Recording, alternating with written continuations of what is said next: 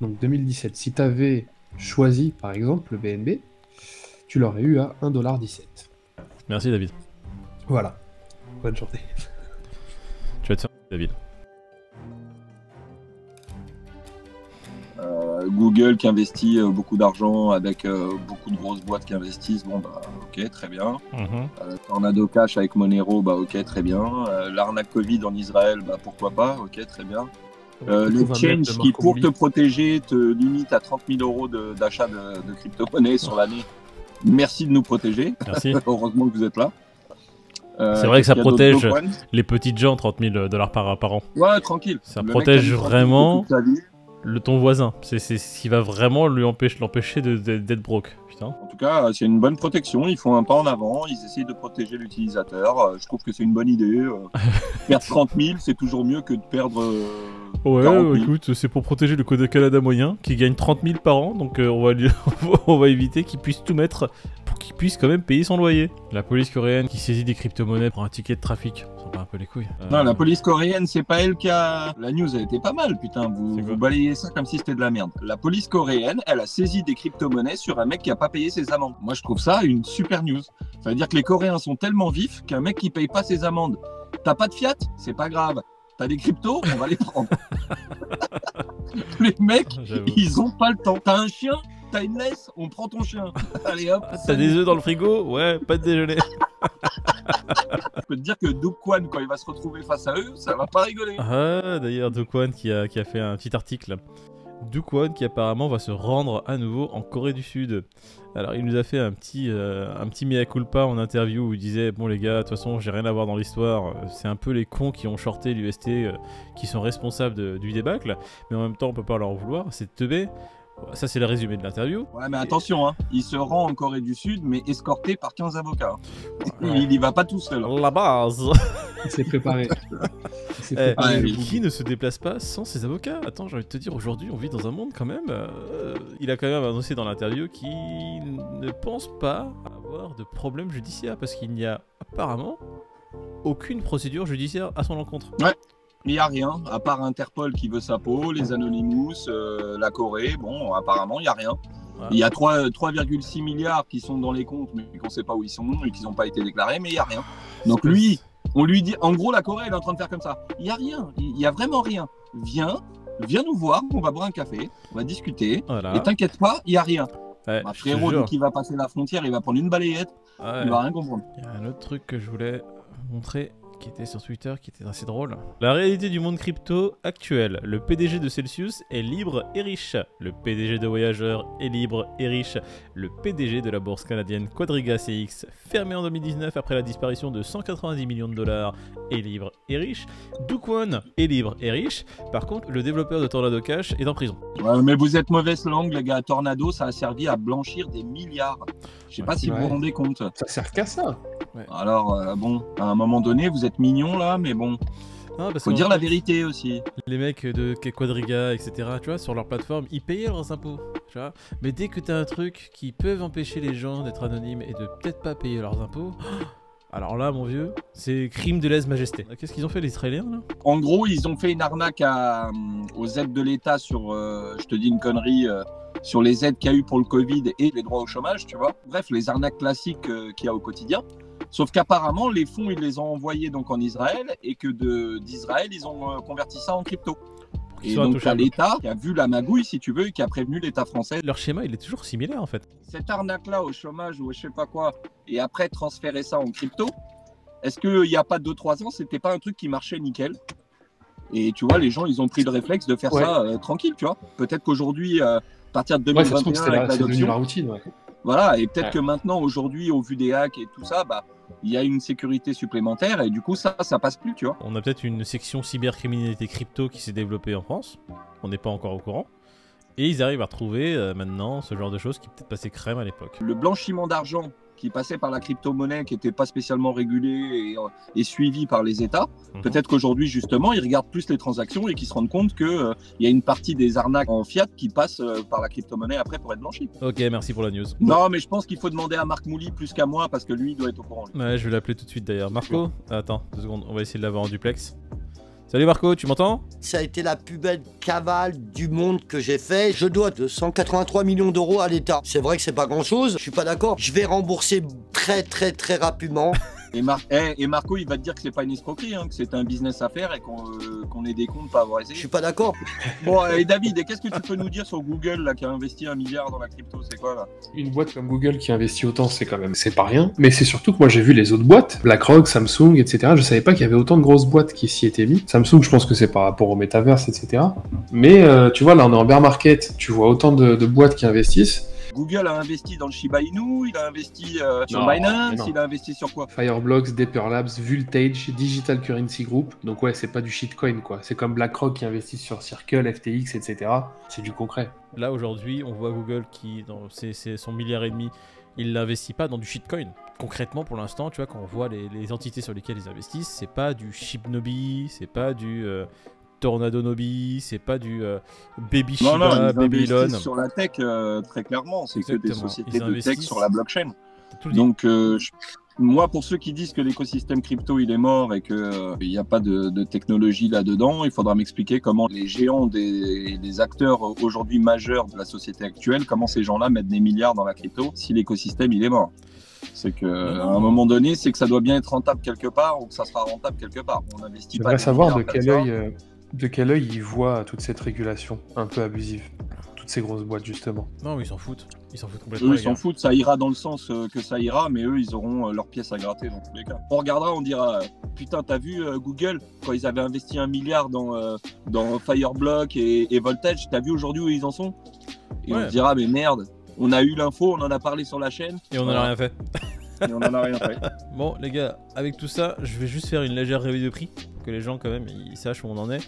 On a un Bitcoin à 23 470 $, il a perdu presque 3% sur les dernières 24 heures. On a un Ethereum qui repasse en dessous des 1009, il est à 1852 $. Je sais pas s'il y a un coin particulier que vous voulez voir. Quel est le prix? Bah écoute. Ouais, je suis curieux de savoir à combien il est le sol là, à combien est... Le sol est à 43 $, il perd 5% sur les dernières 24 heures. Le Cardano 55 centimes, on avait le sol qui avait plutôt du mal à passer les 39 $, là il se maintient bien au-dessus des 39. Le Cardano qui avait cette résistance aux alentours des 49,50 centimes qui se maintient bien au-dessus. Near Protocol qui est vraiment passé de ces 3 $, 3,40 $ dans lequel il était en train d'osciller il y a quelques semaines, là qui se maintient vraiment bien au-dessus, il est à 5,32. Near qui a vraiment presque fait un x2 sur les 2-3 dernières semaines, c'est assez phénoménal. Et FTX, on en a parlé tout à l'heure, 30 centimes. 30 centimes, j'en achète. Ouais, 30 centimes FTX. Non, 30 $. Ouais. Pardon, excusez-moi les gars. Non, c'est le prix auquel Moïse l'a touché. Non, le FTX, j'ai pas investi dessus. C'est vraiment un des tokens que j'ai pas touché. Le Fear and Greed, les gars, on est passé d'un fabuleux 41 hier à 30. Et pour quelle raison?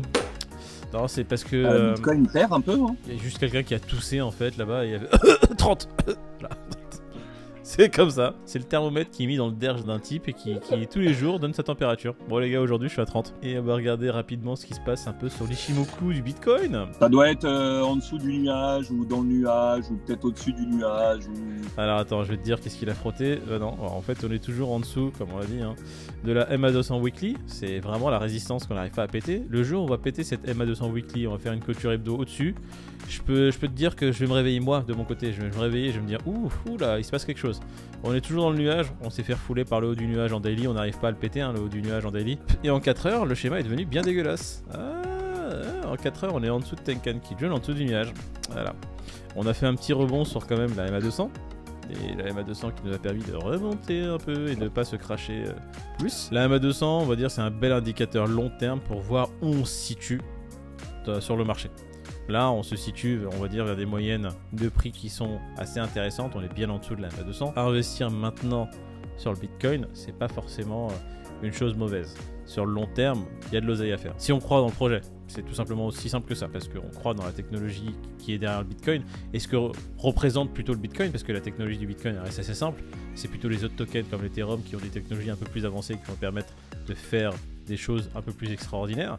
Le Bitcoin, lui, il représente l'étalon or, l'équivalent de l'étalon or, une réserve de valeur des crypto-monnaies. Si on investit dessus, oui, on ne devrait pas se poser trop de soucis, on devrait juste le coffrer et ne plus le regarder. Ça c'est une question qui revient souvent en commentaire. Est-ce que c'est le bon moment pour que je commence mon DCA, machin?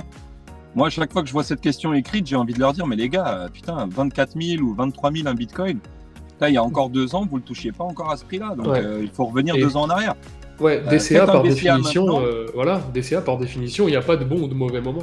Tu vois. Ouais, non, mais ils ont vu Bitcoin il y a encore un mois de ça à 20 000 avec une mèche à 17. Du coup, acheter à 23 en DCA, j'entends. Hein. Acheter du Bitcoin en DCA à 23, est-ce que c'est le bon moment? Oui, c'est le bon moment. Achète du Bitcoin à 23. Si jamais il tombe à 19, t'en rachèteras. Et s'il monte à 25 et qu'il passe les 25 et qu'il remonte à 30, tu seras très content d'en avoir acheté à 23. En fait, la question, elle n'est pas de savoir est-ce que c'est le bon moment. Le bon moment, c'est tout le temps. Tu achètes en DCA. Moi, du DCA et du bon moment, c'était juillet de l'année dernière quand il a touché les 30 000. J'en ai acheté en pagaille. C'était le bon moment. Et pourtant, aujourd'hui, il est à 23. Il faut vraiment comprendre que si vous investissez en DCA, tel qu'on le fait nous, un Bitcoin à 23 000, oui, c'est intéressant de faire votre DCA en ce moment. Et maintenant, c'est juste comprendre sa psychologie, pourquoi on est ici, qu'est-ce qu'on cherche à faire, est-ce que c'est du profit rapide et un hold-up? S'ils sont là pour faire, comme tu dis, un coup et prendre de l'argent, effectivement, acheter du Bitcoin à 23 000, si c'est pour le revendre dans un mois et faire une culbute, oui, c'est pas sûr que le Bitcoin il aille au-dessus. Voilà, donc là, posez-vous la question. Maintenant, j'entends par là la question DCA. Donc pour moi, quand tu fais du DCA, c'est pour une vision ou un horizon long terme ou minimum moyen terme. Donc c'est pas pour te dire dans un mois où sera le Bitcoin, est-ce que j'ai fait moins 30% ou est-ce que j'ai fait plus 30%. Si tu es sur un horizon de temps moyen ou long terme, et dans ces cas-là, acheter du Bitcoin à 23 000 en ayant comme optique d'attendre le prochain mouvement haussier du Bitcoin, mais mec, c'est que bénéfice. Moi, je sais que je suis en ordre automatique sur Binance. Toutes les semaines, boum, et puis... c'est pas plus mal, tu t'enlèves une prise de tête quelque part. De toute façon, en long terme, c'est ce qu'il faut faire, il faut automatiser les choses. Hein. Le but du long terme, c'est aussi ça, c'est essayer d'avoir les choses les plus automatiques possibles pour que ta charge mentale, elle diminue et que tu puisses utiliser ton énergie justement au quotidien pour faire d'autres opérations qui sont plus intéressantes, qui vont te rapporter du profit ailleurs. Après, il y en a d'autres. Moi, on m'a déjà posé la question de me dire si je fais un DCA par semaine, quel est le meilleur jour de la semaine pour faire mon DCA? Tu vois, il y en a qui vont pousser la réflexion jusque-là. Allez, alors, tu fais ton DCA lundi. On n'est pas des conseillers financiers. Hein. Tu veux faire un DCA pour essayer de trouver ça le plus bas possible. Tu le fais entre la nuit de lundi à mardi. Voilà, en pleine nuit, tu lances ton DCA. Sur le long terme, hein, c'est les chiffres qui le montrent. Statistiquement, c'est là où il y a les prix les plus bas. Je te dis pas que ça sera toujours le cas. Il y a certains lundis ou mardis où les prix vont péter. Mais statistiquement, si vraiment tu veux juste fermer les yeux, etc., tu auras le plus de chances d'avoir sur la semaine les prix les plus bas sur ces journées-là. Bon, on est d'accord. Messieurs, on va clôturer la vidéo là-dessus, sur ces belles paroles. Information, la semaine prochaine, c'est la semaine prochaine, Surfin? Ouais, fin de semaine, je crois, ouais. Voilà. Alors la semaine prochaine, on va avoir un format sur la journée de jeudi, vendredi. De toute façon, samedi, on fait jamais de vidéo, mais jeudi, vendredi, attendez-vous à un format totalement différent. On fera sûrement beaucoup de live Twitch. On sera au Surfin Bitcoin. Du coup, vous aurez du petit format vlog et du petit format suivi de Surfin Bitcoin de la part du Café du Coin directement sur place. J'aurais pas dit mieux. Donc, si vous n'avez pas l'opportunité de pouvoir vous rendre à Biarritz pour participer justement à cette conférence Bitcoin, nous on y sera. On fera pas mal de live comme vient de le dire Moïd, et donc du coup si vous avez des questions, des choses spécifiques sur lesquelles vous voulez qu'on parle ou qu'on aille se renseigner, n'hésitez pas à le notifier en commentaire. N'hésitez pas à venir nous voir. Alors si vous venez pendant un live et que vous voulez parler de votre projet, assurez-vous d'avoir au moins une liasse de 50 000 euros hein, entre les mains et mettez-la discrètement dans une de nos poches. On parlera de votre shitcoin avec grand plaisir et on se fera un plaisir d'en dire du mal. À côté de la roulette au casino de Biarritz, ah ouais, non mais ça déjà, n'hésitez pas. Si vous voyez un dégène en train de mettre des grosses pêches sur une des couleurs, écoutez, ça sera sûrement nous. Si vous me voyez autour d'une table de poker, vous voulez me déranger en me donnant une liasse de 50 000 euros, frérot, pas de problème. Comme vous l'avez compris, si vous venez avec une liasse de 50 000, vous serez très bien accueilli par le Café du Coin. Voilà. Le minimum, c'est 50 000, les gars. Oui, en dessous de 50 000, c'est cas, pas la peine. Si vous êtes sur place, en tout cas, venez nous voir, on sera content avec grand plaisir de vous rencontrer. Ouais, ce sera avec plaisir, les gars. De l'autre côté, on se retrouve demain matin, comme d'hab, les gars. Avec plaisir, les gars. Allez, passez une bonne journée. Très bonne journée à vous tous et à demain. Ciao. Salut l'équipe, à demain.